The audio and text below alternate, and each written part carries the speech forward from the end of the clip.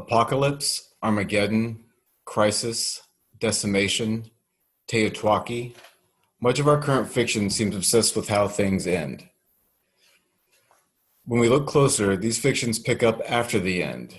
Be it zombies, robots, war, or plague, the vision is one of the last struggling days of humankind.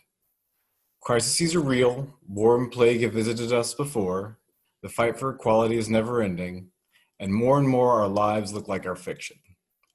Are we in a state of crisis in perpetua, rolling from one major crossover event to another?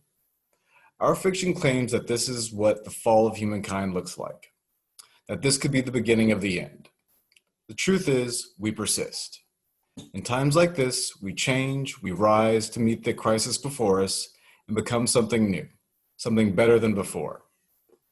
Unlike our fiction, we have no Superman to prevent catastrophic impact, no damage control to aid in rebuilding, no Thunderbird rescue team to save the trapped, no super genius diligently working on mankind's behalf.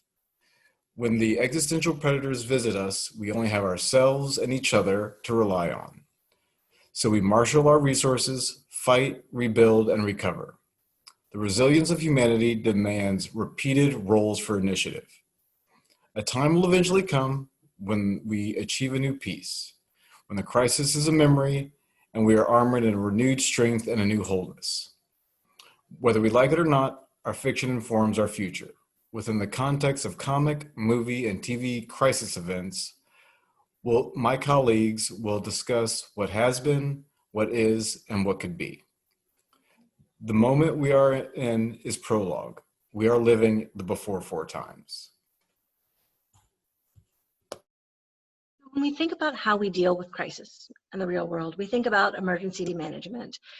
And we think of emergency management as a cycle, moving from before things happen, through the event, to what do we do after. And that cycle begins before the event is on the horizon, before we know what's coming. We start with mitigation, where we prepare for disasters that may come in our future. We want to see what we can do now to reduce risks from what may happen. If you're in earthquake territory, we anchor our shelves to the walls so they don't tip should an earthquake occur. We buy insurance for our homes, for our cars, for our lives. When an event is on the horizon, we can see it coming. We make plans. We make sure that we've got our evacuation plans. What happens if we need to get out of the city? What happens if we need to get out of our homes in the event of a fire? We make sure we have the resources we need to stay as safe as possible in an event. Do we have food? Do we have water? Do we have first aid supplies? Response is what happens during the event. These are immediate actions we take to save lives and prevent further damage. We take shelter in the storm. We stop the bleeding if someone is injured. After the event passes, we move to recovery. It's where we rebuild. It's where we try to come to whole again. We put our house back in order. We put our lives back in order. And then hopefully we reflect on those earlier cycles. What do we do to mitigate risk? What do we do to prepare for future events? And can we do it better next time? Can we be more ready the next time an event hits us? Response is often what's most visible. You see the boats come to pull people out of a flood after a hurricane. But recovery is really where we spend most of our time. Right now, where we are, looking at our worldwide pandemic with COVID, we are in the thick of response, and we're looking forward to that recovery in the future. We're trying to imagine how that future will be, how we will get there, and how we will get close to whole. That whole may not be the same as it was before, but we can envision our future and how we're going to get there. Emergency and disaster events, they're incredibly complex. There's competing demands that we have to address, competing stakeholders. We have competing jurisdictions. We have our local response, our state response, our federal response, and we have to figure out how to manage all those together. We do a really good job of managing our hard resources, how much time it takes to respond, the money we'll need, the supplies, the first aid supplies, the building supplies. We're really good at that part. Where we tend to struggle, where we tend to fail more are those human resources. The people that we'll need to rebuild, to recover, the knowledge that they have and how to share that and spread that so that we can all work together, and then communications between those groups. To layer over that complexity, emergency events and disasters also evolve. There's second, there's third level events that we have to respond to. We have to anticipate them, and we have to figure out what we'll do to respond as efficiently as possible, to protect the most people, to save the most lives, to reduce as much damage as possible. We also wind up with parallel crises. Right now, we're dealing with the COVID pandemic. We're dealing with incredible economic instability, and we're dealing with the impacts of institutional racism, which have all bubbled to a head right now. In an emergency, in a disaster event, you cannot pick and choose which events you're going to respond to. You need to respond to them all. And we need to figure out a way, a path through, so that we can reach that recovery, so we can rebuild and reach our future.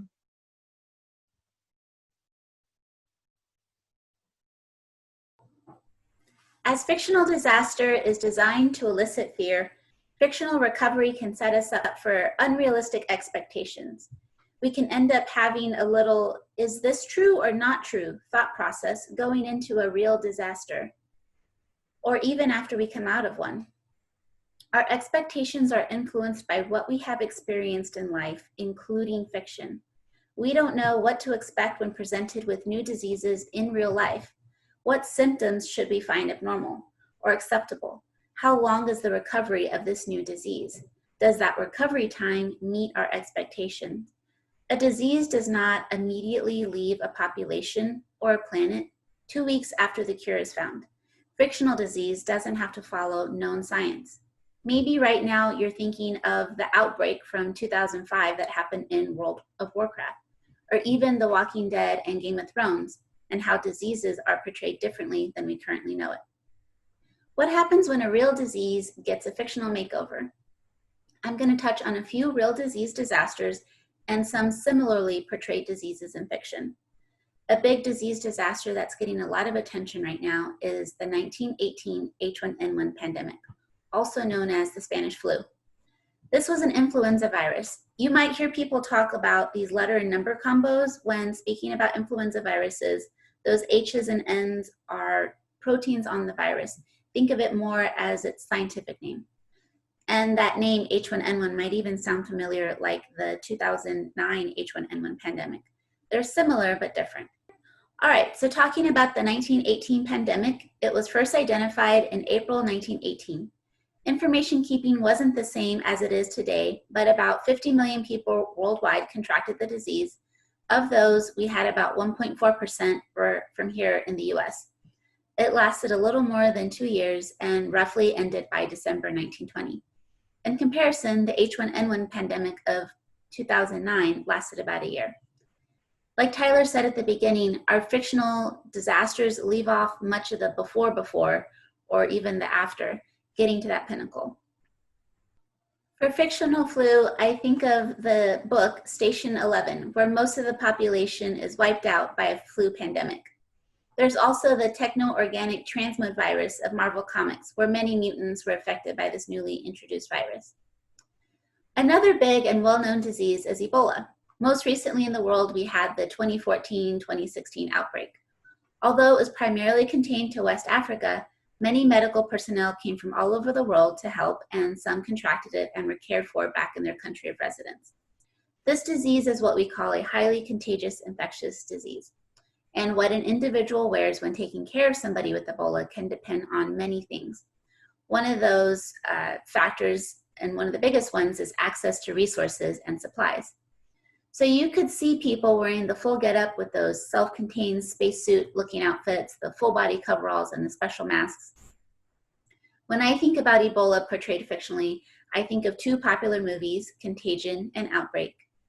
How can we sensationalize something as mundane as taking care of patients?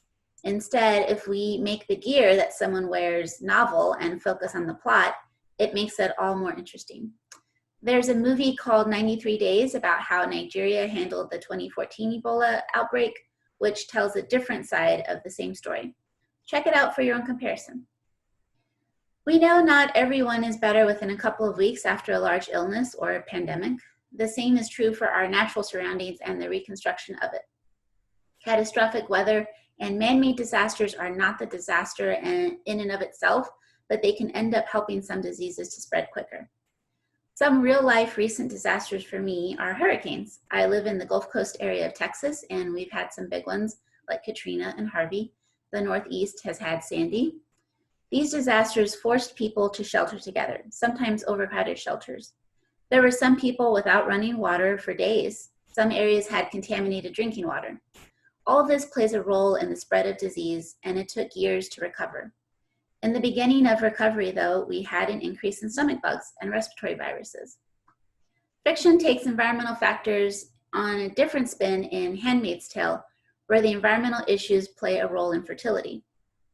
But thinking about the destruction that occurred in the movies, The Day After Tomorrow or The Age of Ultron, there would have been people in shelters, and for a long time, until either some temporary housing was built or people had moved out of the shelters. These parts, the shelter living and the diseases, aren't shown, I'm guessing, because it's not as glamorous to show lots of people vomiting. My hope is that if you're curious about a disease, you look it up and read more about it. Check your sources for information so that you don't base your expectations of a real disease on a fictional one. And now Kelley's going to talk a little more about the physical reconstruction post-disaster. Yeah, following a disaster event, many of the stories we tell talk about that physical recovery, that infrastructure rebuilding. The city's been destroyed, been decimated, and damage control comes in, puts it all back together, good as new. We've got another subset of literature that really deals with organizational changes that happen years after. So Bobbiejean mentioned The Handmaid's Tale. You look at something like The Hunger Games, where there's now, after some sort of event, a war, a disaster, there is a authoritative body that is now taking control and has everything under lockdown and really just provide a foil for our protagonists to tilt against in theirs. We don't do a lot of storytelling around how we get from that initial recovery and response to the future. Another area we don't do a lot of storytelling on is the human response and the human impact of disasters and emergency events. We do a good job in disaster response and our storytelling of addressing those physical needs. We provide first aid, we stop the bleeding, we get people fed, clothed, the medical care they need. But we're just beginning to understand and address the psychological and emotional impact of disaster and emergency events and the trauma and the path to recovery that we have to take to truly become whole again. It's not just about physical surroundings. It's not just about the body, but it's also about the people that are involved.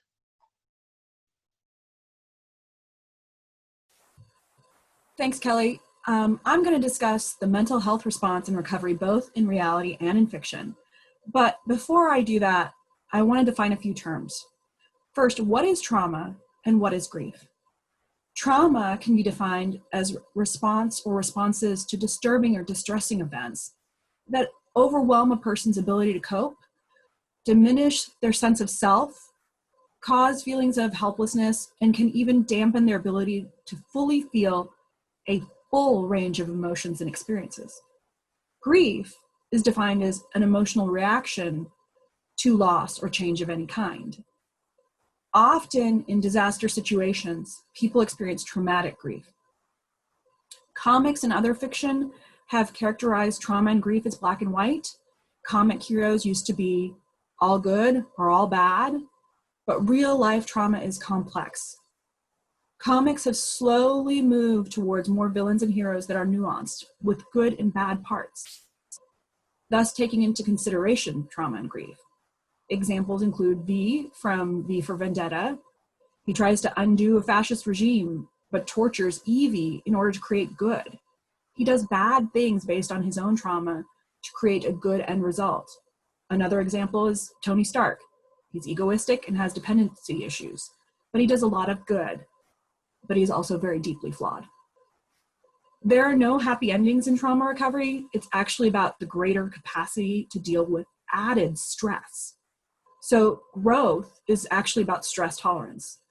An example of this would be Moon Knight or Mark Spector, who had multiple personality disorder, which we now in my field call DID or dissociative identity disorder. He has a near-death experience and gets a visit from an Egyptian god, and his personality splits. He's able to use these alternate personalities as a superhero to function, to help. What we know is multiple personalities are a result of real trauma. real deep trauma. And in real life trauma recovery, this often means becoming co-conscious with these alternate personalities. Moon Knight is an example of this kind of recovery. But what we also know is trauma is rarely about outward violence or explosiveness. It's often a quiet suffering. It's about self-hate, self-rejection, blame, and toxic shame. Comics and stories are often taking our inner demons and portraying them outwardly, taking our inner traumas and making them external. These big experiences are metaphors for what is often, but not always, quiet human pain and suffering. And hopefully comics and fiction will move towards showing more of this inner struggle, the quiet self-rejection and blame. Everyone has trauma. In comics, we see people are able to channel their energy or power. Sometimes the power takes over and they can't control themselves. So you can think of this as a complex post-traumatic stress disorder or a psychotic break, where they have a break with reality. And sometimes there can even be rage or death. So that's how it's portrayed often in our fictional storylines. The trauma is not just an event, but how we respond to it. And that might be all based on the traumas we experienced in our early lives as children. So when we think about response and recovery in both fiction and nonfiction, we have to keep this in mind. So what would real response and recovery look like? We would want immediate individual and group grief counselors who are trained to deal with traumatic grief and loss. As Bobbiejean mentioned, people would be in shelters for long periods of time after disaster. So we would need to offer ongoing services. We would need people who are trained in mental health first aid. And ideally, this would be something we would have prepared for beforehand. But in the response phase, we could train anyone available. Another way to deal with trauma in response and recovery is the possible use of psychedelics in adults for recovery. In comics and fiction, you can see it being used to incite trauma. For instance, for Batman, who deals with Joker gas and Scarecrow gas, and he hallucinates, and it's very disturbing. There's also the character of Signal, whose parents are dosed with Joker gas, and he experiences the trauma of helping them and dealing with that. But we know from the actual research that there is real long-term healing potential with psychedelics with trauma.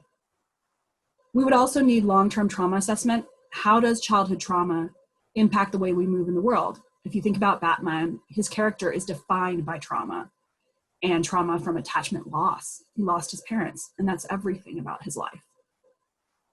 Another aspect we know that's so essential and important is that trauma is healed in connection. We would need to connect with each other and offer support and empathy to heal. In Heroes in Crisis, therapy services are administered in isolation, where it is hidden not just from the whole world, but also from each superhero. Therapy is administered through androids. There's damage and death. Would the story have been any different if the heroes had healed together and with compassion and empathy? So to move forward in response and recovery, we must heal together and prepare by creating long-term recovery from traumas. Kelley? So we're getting better at closing our gaps. We're getting better at our emergency response. We're getting better at our human response. And even though we're in the thick of a disaster for many right now, we're finding our path through. Looking forward, we need to focus on our mitigation and our preparation. Really imagine how disaster events might evolve and how we can get ahead of them, how we can better respond and improve to take care of each other. Often, failures in disaster preparedness are results of failures of an imagination. We fail to see what could have gone wrong. Looking at our COVID crisis, did we imagine that it was being transmitted in travelers alone and so didn't test our local community? Did we imagine that our ability to travel between locations would be so restricted? Did we imagine that our supply chain would be so heavily impacted that we couldn't get many of the resources we needed to care for patients and to protect each other? Did we imagine distributors' closures of businesses and schools and the enormous economic and personal impact that would have on us? We've got to get ahead of events. We've got to use our creativity to really see how things could go wrong, how we can make them better in the future. And this is an area where art and science are really well aligned. Both artists and scientists, emergency preparedness folks, epidemiologists, work to reveal truths about the world. Imagine what is there, what is not there, and use their knowledge, their skills, and the tool sets at hand to create a future, envision a future, and figure out how to get us from here to there. This is an area where we work really well together and can improve our preparation and our response going forward.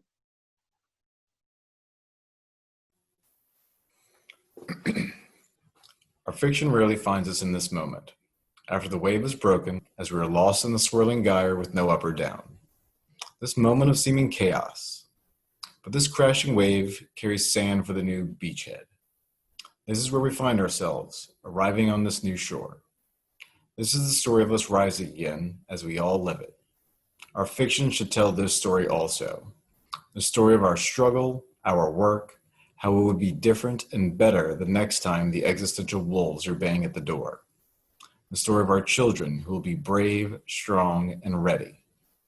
There's only one choice. Utopia, born of a peace made from wisdom and support for ourselves and each other, and the systems we make and remake to protect us, or nothingness. Struggle with no advancement, always pointing at the other, endless toil, conflict, and misery. I prefer Utopia and a second season of Firefly. I'll even take a reboot. Thank you so much for joining us at Comic-Con at Home. We are Monti Pal, Bobbiejean Garcia, Tyler Houston, Kelly Boston, and we truly believe this is not the apocalypse you're looking for.